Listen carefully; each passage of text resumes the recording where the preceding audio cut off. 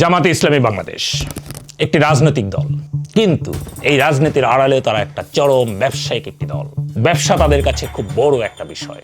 জামাত ইসলামী ব্যবসার জন্য বাংলাদেশে ব্যাংকিং ব্যবসায় তারা নিয়েছে, হাসপাতাল ব্যবসায় তারা বিভিন্ন এনজিও কিংবা ট্রাস্টের মাধ্যমে বিভিন্ন হাসপাতালকে নিয়ন্ত্রণ করছে।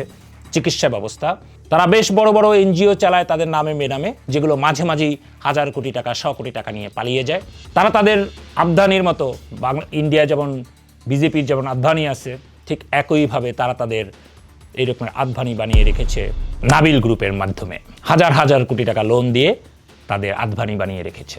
এই হচ্ছে বাংলাদেশ জামাত ইসলামী। এমনকি শিক্ষা জায়গাতে, শিক্ষা যেই জায়গাতে ব্যবসা আছে, লাইক আপনি কোচিং সেন্টার, আপনি ইউনিভার্সিটি, যেখানে যেখানে ব্যবসা আছে, একটা মাদ্রাসায়, যেই মাদ্রাসা বেসরকারি এবং খুবই এক্সপেন্সিভ, সেই সব জায়গাতে জামাত ইসলামী ইনভেস্ট করেছে। তারা খুব ভালো একটা ব্যবসায়িক দল, একদম দলগতভাবেই তারা ব্যবসা করে। কিন্তু খেয়াল করে দেখেন, বাংলাদেশে ইসলাম ধর্মের সবচেয়ে বড় জায়গাগুলো কোথায়? মাদ্রাসা, মসজিদ, তাই না?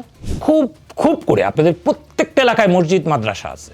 আপনারা খেয়াল করে দেখেন তো, জামাতে ইসলামী লোকে জামাত ইসলাম করে এই রকমের লোকের জমি দেওয়া, এই রকমের লোকের আর্থিক অনুদানে বাংলাদেশে কয়টা মসজিদ মাদ্রাসা এ পর্যন্ত তৈরি হয়েছে?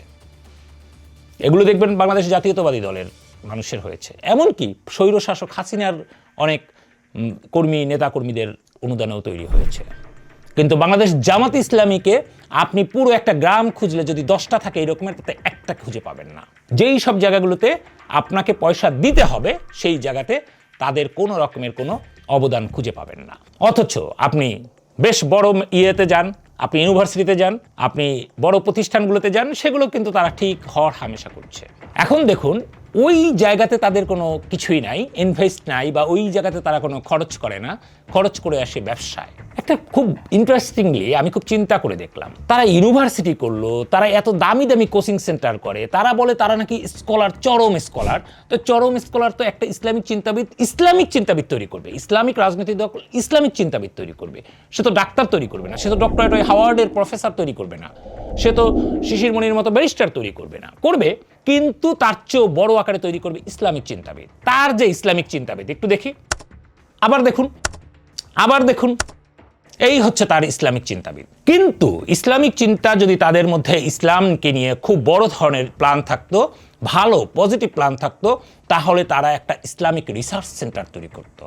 তাদের তো পয়সার অভাব নেই, আপনারা কেউ বলতে পারবে না জামাত ইসলামীর পয়সার অভাব আছে। তারা হাসিনার আমলেও তারা প্রচুর ব্যবসা বাণিজ্য করেছে, তাদের কারোই অর্থনৈতিকভাবে তারা ক্ষতিগ্রস্ত হয়নি। একজন লোকও জামাত ইসলামের একজন মানুষও ক্ষতিগ্রস্ত হয়নি গত 17 বছরে। বিএনপির মানুষরা গরিব থেকে গরিবতর হয়েছে, মধ্যবিত্ত থেকে গরিব হয়েছে, উচ্চবিত্ত থেকে মধ্যবিত্ত হয়েছে, এইরকমই তো হয়েছে বিএনপির। কিন্তু জামাত ইসলামের সবাই তরতর করে বড় হয়েছে।